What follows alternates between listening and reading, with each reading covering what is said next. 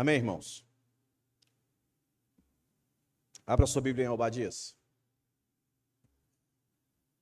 Obadias, verso 15.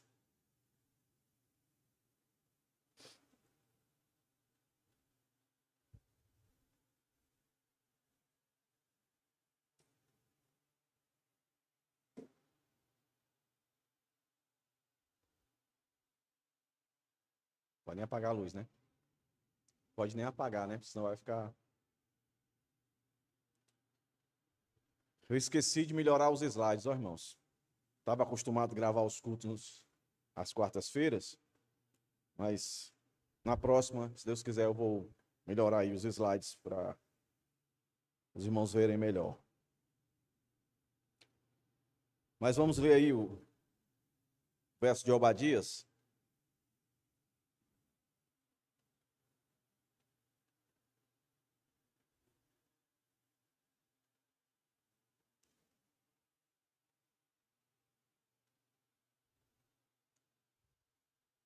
O verso de Obadias, irmãos,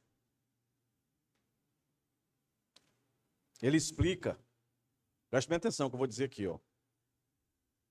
O devocional passado, nós falamos da ação de Deus, o Deus que é provedor, o Deus que age no mundo, na perversão humana. Naquilo que a Bíblia registra como um dos pecados mais horripilantes. Mas que a gente viu que por mais horripilante que foi o registro lá, era Deus que estava envolvido completamente. Então, de maneira simples, aqui, Obadias, o verso 15, explica Lamentações 3:20. Vamos ler Obadias, depois nós vamos falar Lamentações só para lembrar o que está escrito lá, tá certo? O que é que Obadias vai dizer, verso 15? Porque o dia do Senhor está prestes a vir sobre todas as nações. Você será tratado da mesma forma como tratou os outros. O mal que você fez cairá sobre a sua cabeça. Oremos mais uma vez. Senhor, se conosco. Nós carecemos da ação do teu poder.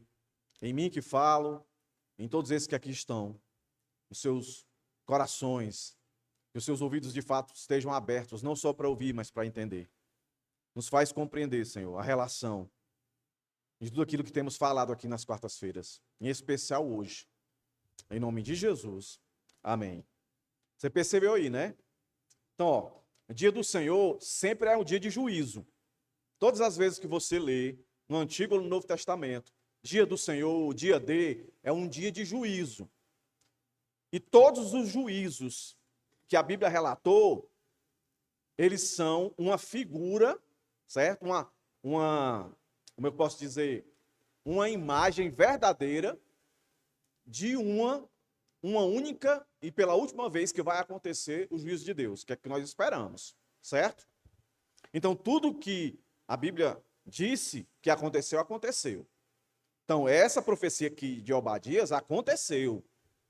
Todos os inimigos do povo de Deus e o povo de Deus, quando se comportou como inimigo de Deus, eles pagaram na mesma moeda da qual ofenderam a Deus. Olha o texto, ó. Você será tratado da mesma forma como tratou os outros. O mal que você fez cairá sobre a sua cabeça. Quem está dizendo isso aqui, meus irmãos, é Deus. Deus não é homem para que minta, nem filho do homem para que se arrependa. Agora vamos lá para Lamentações, que é o texto que a maioria das pessoas muito nem conhece. E quando se depara com ele, meu Deus, o que é isso aqui? Lamentações. Capítulo 2, verso 20.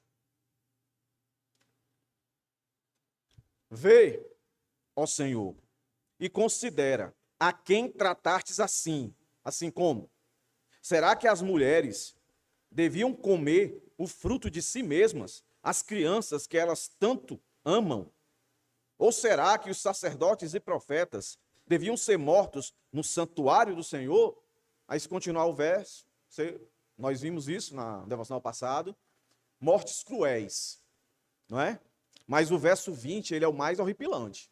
O texto está dizendo que Deus colocou o seu povo numa situação tão desastrosa e horrível, ao ponto de haver escassez, que eles, para sobreviver, as mulheres comiam os seus filhos. E nós vimos. Jeremias profetizou isso. Jeremias lamenta isso. Mas quando Jeremias vai orar a Deus, ele não ora como comumente as pessoas oram hoje. Deus, onde tu está? Como pode isso estar acontecendo? Tu é bom. Como é a oração do profeta aqui? Senhor, vê. Ele tem consciência, repito, ele tem consciência de que tudo que está acontecendo ali tem a mão de Deus. E Deus continua bom, Deus continua santo, Deus continua perfeito e sábio. Então pronto. Hoje, o que nós vamos tratar? Eu começo introduzindo dizendo isso aqui, ó. Vivemos, olha se não é verdade, vivemos em um mundo marcado por dor, injustiça, calamidades e sofrimento que muitas vezes nos deixam sem palavras, especialmente quando envolve crianças. E o texto aqui, né, envolve crianças. Elas foram comidas, né? E aí a pergunta inevitável, né? Onde está Deus em meio a tanta perversidade e sofrimento? Quem estava aqui na quarta-feira passada consegue responder essa pergunta. Onde é que Deus estava quando as mães estavam comendo seus próprios filhos? Deus estava no mesmo canto de sempre, no seu trono soberano, comandando tudo aquilo e não sendo responsável por aquilo, mesmo ele tendo dito que aquilo ia acontecer.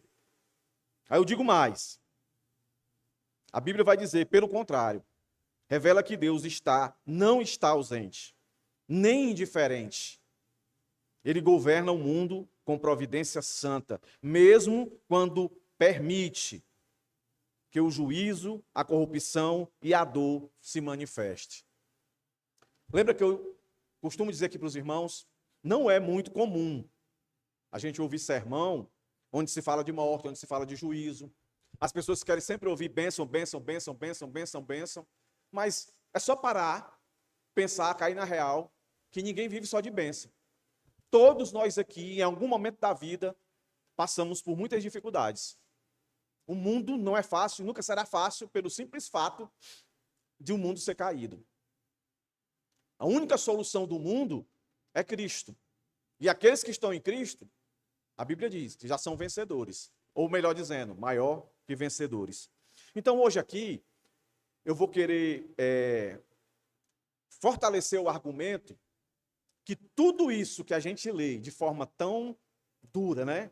Lamentações 2:20, as mulheres tendo que comer os seus filhos, nada mais é do que provando do seu próprio pecado. Deus está usando o pecado deles para fazer juízo, justiça sobre eles. Nosso primeiro ponto aí, ó. Deus odeia a perversidade e julga o pecado com justiça santa. Preste bem atenção, ó. A Escritura revela que Deus não é moralmente neutro. Há pecados que ele odeia de modo declarado, especialmente o derramamento de sangue inocente. Entre as expressões mais profundas, meus irmãos, das perversidades, está o sacrifício de criança, que o Senhor sempre condenou. Olha aí o que é que diz aí, Salmo 106, verso 37 e 38. Eu estou resumindo aqui, mas você pode marcar na sua Bíblia. Imolaram seus filhos e suas filhas aos demônios. A terra foi contaminada com sangue. Se você for lá para Deuteronômio, capítulo 19, verso 10, 13, lá a lei já tinha advertido quanto o derramamento de sangue inocente. Não só de criança, de adulto, de pobres indefesos, dos filhos. E aí o Salmo está cantando isso aí. Então preste bem atenção. Isso que a gente leu lá em Lamentações, que as mulheres comeram seus filhos, eles fizeram isso antes. Deram seus filhos para serem comidos, sacrificados a demônios. Eles fizeram isso. E Deus está fazendo justiça, juízo. Estão percebendo, irmãos? Deus está fazendo justiça e juízo com seu povo, porque eles fizeram exatamente isso. E Deus abomina isso. Está aí, ó, Deuteronômio, é só você marcar, Deuteronômio 19, 10, 13, 1 Samuel 19, 5. Esse nível de perversidade aí, meus irmãos, provocou a ira de Deus. Por isso o Salmo diz isso aí, ó. Imolaram seus filhos e suas filhas. Acendeu-se a ira do Senhor. As pessoas gostam muito de falar dessa característica, dessa virtude de Deus. Deus é amor, Deus é amor, Deus é amor, e Deus é amor. Mas também Deus é justiça. As duas coisas andam lado a lado, entendeu? Se Deus fosse só amor, ele não seria o Deus perfeito. Se Deus fosse só justiça, ele não seria o Deus perfeito. São as duas coisas sem tirar e sem pôr nada. Levítico 26, 27 e 29, eu estou resumindo aqui, só para os irmãos entenderem. Comereis a carne dos vossos filhos e de vossas filhas. Comereis o fruto do teu ventre na angústia e no aperto. Deuteronômio 28, 45, 53. Aqui especificamente, Deuteronômio 28, está lá as bênçãos e as maldições. Aí nas bênçãos diz lá, tudo de bom, se você for obediente. Aí se você não for obediente a Deus, se você persistir em desobedecer a Deus, aí tem lá as maldições. E uma delas, você vai ficar tão amaldiçoado que você vai comer os seus próprios filhos. Aí chega Lamentações. Porque é exatamente a degradação do povo de Deus. Aí lembra que eu disse, meus irmãos, se Deus age assim com seu povo, fica aqui comigo, pessoal, fica aqui comigo. Ó. Se Deus age assim com seu povo, imagina com o ímpio. Por isso essa conversinha de dizer, Jesus te ama, Deus tem um propósito na tua vida, você tem que explicar isso direito. Você tem que explicar isso direito. Que há dois propósitos paralelos, dois propósitos de Deus na pessoa de Cristo. Dois propósitos. Eles andam do lado. Salvação e condenação. Salvação e condenação. Não tem como eu oferecer salvação sem falar da condenação. Eu não posso falar só de condenação, porque tem salvação, tem graça. Mas não tem só graça, tem justiça também. Então esse é o ponto. Então, meus irmãos, não existe coisa pior do que frustração. Por isso que todos os homens que Deus levantou foram homens sofridos, porque a fala deles, o discurso deles, foi o mesmo discurso que matou Jesus. Nós nunca seremos bem aceitos por toda a sociedade. Por quê? Porque nós somos luz. Deveríamos ser. Se não tivermos vivendo como luz, mesmo tendo sido transformado por Deus, nunca esquece isso que eu vou lhe dizer. Deus vai castigar você sobre o próprio pecado que você comete sobre ele. Está aí, ó. Que tudo ele deixou prescrito. Aí eu sigo e digo: o juízo divino frequentemente corresponde à natureza do pecado cometido. Acabei de dizer. Esse princípio de justiça proporcional aparece repetidamente na Bíblia. Com o critério que julgares, será julgado. Como tu fizestes, assim fará contigo. Quando eu leio isso aqui, eu lembro, sabe de quem? Davi, o rei Davi, o homem segundo o coração de Deus. Qual foi o pecado de Davi, o mais famoso, o mais conhecido? Adultério. Mas não foi só adultério, foi assassinato também. Ele tramou todo um negócio, não foi? E aí a justiça de Deus veio sobre ele. E como foi a justiça? Se você for ler o exemplo de Davi, o Senhor disse: olha, Davi, aquilo que tu fez em oculto, o que foi que ele fez em oculto? A traição, o adultério. E ele tinha um harém, né? Muitas mulheres. Pegou a mulher, a única esposa de um dos seus serviçais. Ao Senhor disse: Davi, tem consequência o teu pecado. Perdoar eu te perdoo. Tanto que Davi foi chamado homem segundo o coração de Deus. O ponto aqui não é perdão, não, que Deus perdoa. O ponto aqui é que todo pecado tem consequência. E a consequência de Davi, qual foi? Davi, aquilo que tu fez escondido, vão fazer com as tuas mulheres em público. Todo mundo vai ver. Olha, se você não entendeu, eu vou explicar para você. Deus pegou um ato de depravação de Davi, sexo fora do casamento, e ele tornou esse ato depravatório mais depravatório ainda, porque foi com várias mulheres, com muitos homens, em um mesmo local, aberto ao público. Percebeu aí? Davi é um exemplo, e tem outros. Se você procurar na Bíblia, o povo de Deus era sempre assim. Deus fazia a sua justiça exatamente em cima dos pecados de todos eles. Então perceba, quando nós lemos lá, Lamentações 6:20, que as mulheres comiam os seus filhos, com esse contexto que eu estou colocando você aqui, não é para você pensar, se pensava antes, né? Coitada dessas mulheres, coitada dessas crianças, todos nasceram em pecado. Então, não olhe para o verso 20 de Lamentações 2, vitimizando aqueles que tiveram aquele comportamento. E muito menos olhe com o olhar de Deus, como é que tu faz isso? Porque nós vimos, Lamentações, Deus está dizendo que Ele que fez isso.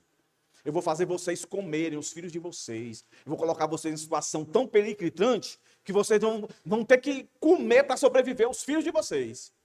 Deus continua bom, Deus continua santo. Por quê? Porque nós aprendemos aqui que Deus só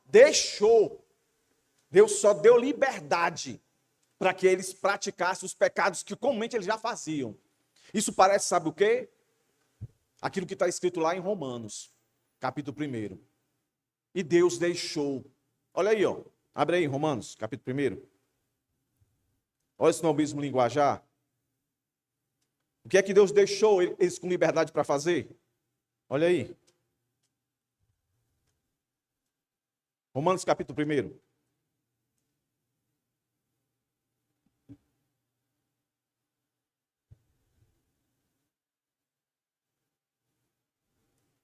Vamos ler o verso 18. A ira de Deus se revela do céu contra toda impiedade e injustiça dos seres humanos que, por meio da sua injustiça, suprimem a verdade de Deus. Aí o verso 24 vai dizer assim, ó. Por isso o quê? Por eles não considerarem a palavra de Deus, por eles não valorizarem Deus, por eles não renderem glória a Deus, por eles não cumprirem e viverem segundo a vontade de Deus. Aí o verso 24 vai dizer, por isso Deus os entregou a quê? A impureza, pelos desejos do coração deles, para desonrarem o seu próprio corpo entre si. Eles trocaram a verdade de Deus pela mentira, adorando e servindo a criatura em lugar do Criador, o qual é bendito para todos sempre. E por causa disso, Deus, ó, pela segunda vez, ó, Deus os entregou a paixões vergonhosas, para que as mulheres trocaram o modo natural das relações íntimas por outro contrário à natureza. Da mesma forma também os homens, deixando o contato natural da mulher e se inflamando mutuamente em sua sensualidade, cometendo indecência homens com homens e recebendo em si mesmo a merecida punição do seu erro. Por haverem desprezado o conhecimento de Deus, o próprio Deus os entregou. É aquele dilema de sempre. Responsabilidade do homem, soberania de Deus. Aí está lá, vivendo, aqui especificamente, a prática homossexual, a impureza, no seu limite máximo. Eles acham, quem vive essa vida, eles acham que estão vivendo aquilo que é bom, aquilo que é bênção. Mas eles não sabem a verdade, e a gente precisa dizer para eles que eles estão vivendo o juízo de Deus sobre a vida deles. Porque a Bíblia diz, os que vivem nessa prática, meus irmãos, não receberão a palavra de salvação do Senhor. Então veja, o que eu estou corroborando aqui para os irmãos entender é isso. Toda perversidade que acontece aqui nesse mundo é Deus provendo o próprio veneno da qual aqueles se levantaram contra ele. Deus dá de volta, sabe? É tipo, vou tentar comparar aqui sem perder o peso, tá? É tipo um pai, ou a mãe, melhor a mãe, né? Que sabe que o filho, ele não pode comer aquela lata de leite moça, né? Que é gostoso. Um dia era menino lá em casa, a mãe botava na geladeira, de vez em quando iam lá e davam uma chupada para acabar, né? Que gostoso. Aí teve um momento que a mãe disse assim, agora te peguei, agora tu vai tomar todinho. Vai tomar todinho, entendeu? O juízo dela foi me dar aquilo que eu achava que era prazer para mim. Passou a ser juízo porque eu tive que tomar tudo de uma vez só. Sabe? A força. Então, é mais ou menos isso. Ah, é isso? Você vai continuar quebrando? No caso das mulheres.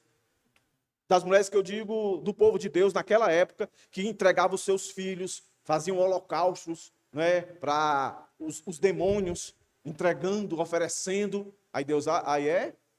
Pois está certo. Vai chegar um momento que não vai ser o demônio que vai comer os filhos de vocês, não. Que vocês entregaram para serem imolados. Vai ser vocês que vão comer. E chegou esse dia. Chegou, a história mostra que chegou esse dia. Quando a Babilônia, né, veio contra o povo de Deus, e o cerco foi tão grande, tão cruel, que eles tiveram que fazer isso. Jeremias profetiza isso. O segundo ponto aqui, meus irmãos, dessa noite, eu chamo também a atenção para ele. Só são 3 pontos, esse aqui é o segundo.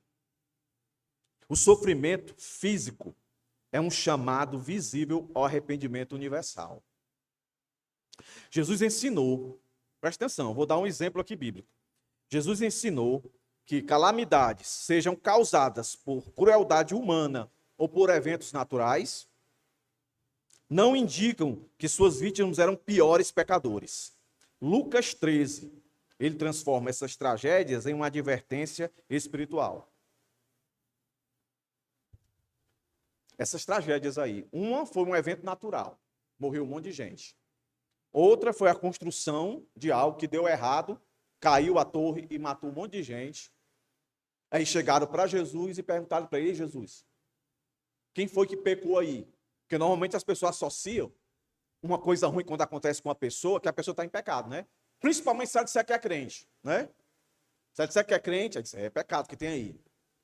Aqui, nesse texto, Jesus deixa bem claro que não é isso. Não é o ponto que a gente tem que olhar. A resposta de Jesus é essa aí, ó. Pensais que esses galileus eram mais pecadores? Não eram. Mas se não vos arrependerdes, todos igualmente perecereis. Uma pergunta. Como é que o pecado entrou no mundo? A queda de Adão e Eva. Mas a queda de Adão e Eva não foi algo que atacou a Deus espiritualmente? Não foi uma ofensa assim da gente dar um soco na cara de Deus ou qualquer coisa do tipo. Não foi nada físico. A queda de Adão e Eva foi algo espiritual. Foi ou não foi? O homem caiu, né? O seu coração, o seu semblante. Aí a pergunta seguinte é: se for espiritual, por que então que o castigo de Deus, o juízo de Deus é físico? Físico das circunstâncias e físico no corpo. Por quê, irmão? John Piper fez essas perguntas, um dos grandes pregadores ainda, né, vivo, hoje em dia, fez essa pergunta, ele trouxe as respostas, biblicamente. E a resposta, meus irmãos, é muito simples. Muito simples, que eu quero dizer, depois de ler tudo, pensar e trazer para vocês mastigadinho. É muito simples. Por quê que a justiça e o juízo de Deus é físico? Porque, meus irmãos, o nosso coração é duro. A gente não sentiria de outro jeito. Por isso a necessidade do sofrimento e da dor, das tragédias, das piores possíveis. Só assim, para chamar a nossa atenção, para saber que a gente ofendeu a Deus. É para isso. Não é por outra coisa. Passando aí, o sofrimento não é explicado por pecados específicos, mas pela pecaminosidade universal. Deus fala por meio da dor numa linguagem que todos compreendem. Assim, o sofrimento torna-se uma parábola viva do ultrajante moral do pecado contra Deus. O julgamento derivou de uma só ofensa para a condenação, como diz Romanos. Então, é o único jeito de chamar a atenção da gente. Por mais que a gente não queira aceitar isso, meus irmãos. Mas o momento onde a graça de Deus é superabundante nas nossas vidas, quase sempre, 99%, é quando a gente se percebe que não merecia. A gente percebe. Quando o Senhor Jesus responde a pergunta por discipular, e aí? Quem foi que pecou mais aí? Aí Jesus disse, vocês acham que foi eles que pecaram? Não tem nada disso não. Agora, vocês olhem para isso daí e cuidem para se arrepender. O que Jesus estava dizendo? Toda tragédia que acontece, de todos os níveis, eu e você deveríamos fazer a seguinte pergunta: por que não foi eu? Por que não foi eu? Aí depois a segunda, e se fosse eu? Onde eu estaria depois de uma tragédia dessa? Hoje mesmo, estava sentado, antes de vir para cá, assistindo no jornal, uma jovem, terminou o trabalho dela, mostra a câmera, ela saindo do trabalho dela, e vai para casa no caminho de sempre. Entra na rua, uma rua esquisita, ela entra, devia fazer aquele caminho todo dia, mas naquele dia tinha um meliante lá, que já tinha sido preso por estupro, estava naquela medida de ficar em casa, né? Só ia à noite lá assinar. Resumindo, irmãos, pegou essa menina de 23 anos, estuprou e matou. Na mesma hora eu pensei, estou lendo isso aqui, eu pensei, meu Deus, se fosse a minha filha. Mas é muito mais do que isso. As tribulações, as desgraças que acontecem no mundo, maremoto, terremoto, guerra, atentado, tudo isso é Deus chamando o mundo ao arrependimento. É Deus, de alguma maneira, meus irmãos, mostrando para todo mundo que vai ter uma desgraça final, que é Ele que vai dar o veredito. Em uma frase que está na Bíblia, que para muitas pessoas não faz sentido nenhum. Apartai-vos de mim, malditos, os que pratiqueis a iniquidade. Então, meus irmãos, o sofrimento, ele está aí. Inclusive o que foi registrado aqui em Lamentações, para a gente olhar e dizer, rapaz, o mundo precisa se arrepender. Mas que fique claro para vocês, meus irmãos, todo sofrimento, pior que ele seja, a dessa jovem, Deus não estava alheio, não. Deus não estava de costa, não. Nós temos culpa, meus irmãos.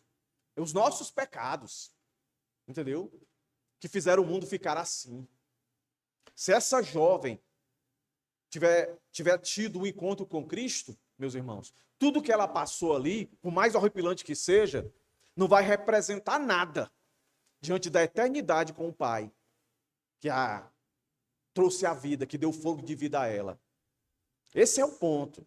As pessoas cada dia mais estão materialistas, olhando para as coisas deste mundo. Lembra do texto de domingo, que eu encerrei, lendo lá 2 Coríntios capítulo 4, finalzinho. Paulo, homem que sofreu muito, muitas marcas. Ele disse que nem se comparava com a glória que haveria de vir. E Deus é tão bom, meus irmãos, que Ele faz isso justamente para quebrantar os nossos corações, porque nós ofendemos Ele espiritualmente. E não tinha como Ele falar na mesma pegada, porque a gente não ia dar ouvido. Tem gente que vê sofrimento, sofrimento, sofrimento, e não se arrepende.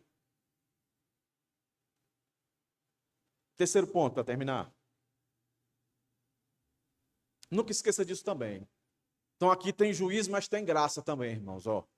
A providência que julga é a mesma que age em esperança redentora. Embora a criação esteja sujeita à corrupção, a criação como um todo, não só nós, mas a criação, porque Romanos vai dizer que a natureza, elas clamam para serem restauradas. Está aí, a própria criação será redimida do cativeiro da corrupção para a liberdade da glória do Filho de Deus. Continua aí.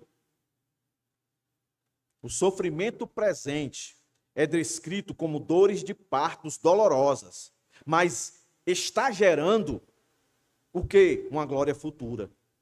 Essa esperança se ancora na cruz de Cristo, onde a maior perversidade humana e o maior amor divino se encontraram. para fazerem tudo que a tua mão e o teu propósito predeterminaram.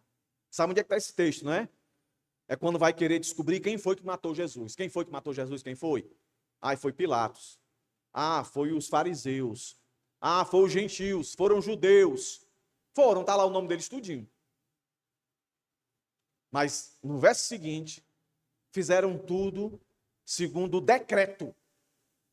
Fizeram porque Deus mandou. A culpa é de quem? Deles. Por causa do pecado. Alguém deveria morrer. Aí Deus sabia que não podia ser um homem comum. Tinha que ser ele.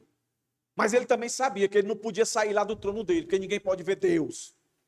Então ele fez o maior milagre já registrado na história da humanidade. Não foi o homem pisar na lua, entendeu? Nada disso. Mas foi Deus se fazer homem e habitar aqui no meio de nós. Aí ele foi para essa cruz. Uma morte infâmia. Cheia de injustiça. Foi humilhado, esbofeteado, cuspido, furado, desonrado, tratado como um dos piores dos bandidos. Mas lembre-se, tudo isso era necessário para que eu e você percebêssemos o que de fato o pecado merece. Porque o que estava sendo punido ali não era Jesus em si, eram os nossos pecados nele. Nossos pecados nele, pecados de antes, de agora e do que nós vamos pecar. De toda uma multidão que a gente não sabe quantos o Senhor salvou e salvará. Mas o ponto é esse.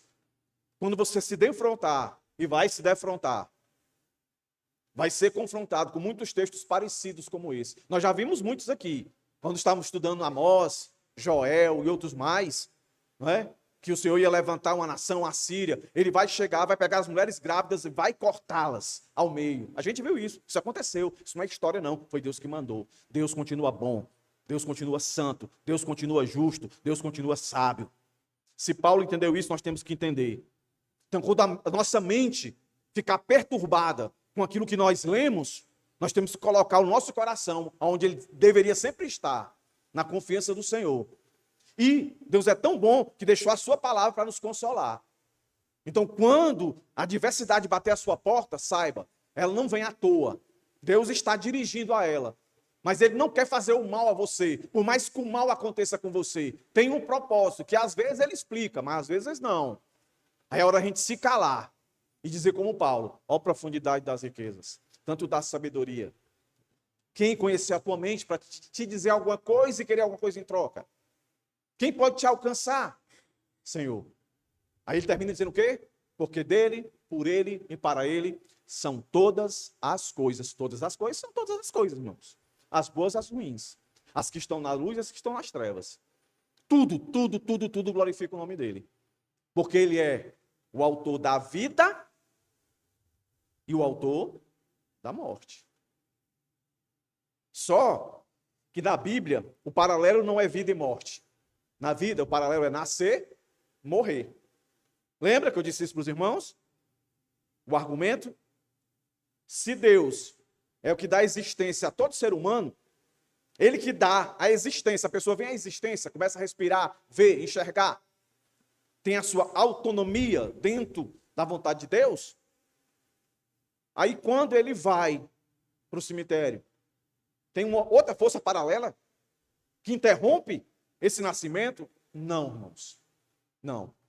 Se ele é o que fez o primeiro, que aqui eu me lembro que eu perguntei aos irmãos, qual é o mais difícil, irmãos? Trazer à existência algo que não existe ou tirar da existência algo que já existe? Aí lembra que eu dei o exemplo? Irmãos, o que é mais fácil para nós aqui? É construir essa igreja ou derrubar essa igreja? Aí todo mundo aqui entrou em acordo e disse, é derrubar. Construir é mais difícil. Tu imagina trazer a existência. Então, se Deus é o Deus poderoso que trouxe a existência, ele não tem o domínio da morte, nós aprendemos, ele tem o domínio da morte. Ele sabe o dia e sabe como, exatamente como, cada um de nós aqui vai morrer. Ele sabe. E a vida não faz paralelo. Nem com nascer, nem com morrer. A vida faz paralelo, meus irmãos, é com não existência. Não existência, nascimento, aí vem a vida, né? Aí a morte. Entendeu? Guarda isso. Vida é o que está entre nascer e morrer. O que faz paralelo com vida é não existência. E quem é que deu existência? Fez nascer para que se tenha vida? Deus. Então, tudo que acontece entre o nascer e o morrer, que é o hífenzinho, né, que a gente vê nas lápides, tudo que acontece ali, de bom e de ruim, Deus está no controle. Mas quando é algo muito escabroso, muito horrível, muito horripilante, lembre-se, não se esqueça, você aprendeu. É Deus fazendo juízo, devolvendo o pecado pelo qual ele foi ofendido. É sempre assim. Porque ele é Deus. Concluindo, irmãos, a frase de John Piper aí, ó. Quando Deus julga, ele não exagera, nem subestima. Seu juízo é sempre perfeitamente adequado à gravidade do pecado. Por isso que eu disse, quando você lê Lamentações 2:20, não olhe para aquelas pessoas como vítimas, não. Mereceram. Não olhe para Deus como terrível, no sentido de ser mal. Se for olhar como terrível, terrível de poderoso, que tem um controle e faz o que ele quer, com o que ele quer, na hora que ele quiser. Isso é temor, de reverência, de respeito, de baixar a cabeça e se dobrar diante dele. Conclusão agora. A doutrina da providência, meus irmãos, nos conduz a um Deus que não está distante, mas ativamente envolvido no mundo, julgando o pecado, revelando sua gravidade, chamando ao arrependimento e conduzindo a história à redenção final. O sofrimento não nega a providência. Ele a pressupõe. Sem ela, não há evangelho. Com ele, há esperança firme mesmo em meio às lágrimas. A dor, o sofrimento, meus irmãos, é um clamor pela cura. É só você reparar quando você está doente. Quando você está doente, o que acontece? Você sente dor, não é não? Você sente desconforto, você sofre. Mas o que é que o corpo está querendo? É te matar? Não. Ele quer saúde. Ele quer vida. Aí imagina aí por um segundo. Se seu corpo estivesse doente e você não sentisse dor, não sentisse nada. Você não ia procurar saúde. Não é não? Então o sofrimento é isso. O sofrimento é um instrumento de Deus para nos chamar ao arrependimento. Então todas as vezes que você vê um sofrimento, pense assim, se fosse eu, Senhor, me arrependo. Vou viver para ti. Mas isso não quer dizer que isso não possa acontecer com você. Você pode ser um instrumento de Deus, de escândalo para o mundo, de sofrimento inenarrável, como aquela bala soberana, entendeu? Está lá o cara com a família, largando tudo, indo para um local distante, fazer missões, e está lá ele com a sua família linda. Aí acontece de alguém confundir o avião do cara com o de traficante, meter bala, a bala entrar no avião, passar pelos quem estava na frente, entrar no peito da mulher dele, matar a mulher e matar o filho. E na hora que ele vai dar o depoimento, ele diz, uma bala soberana.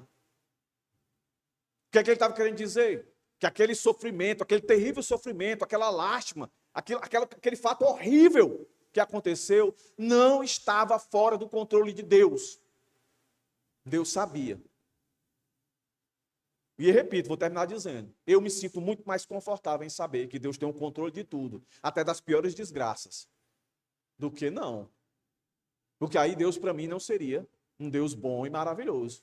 Sabe quem está fazendo e não toma nenhuma iniciativa e me deixa sofrer.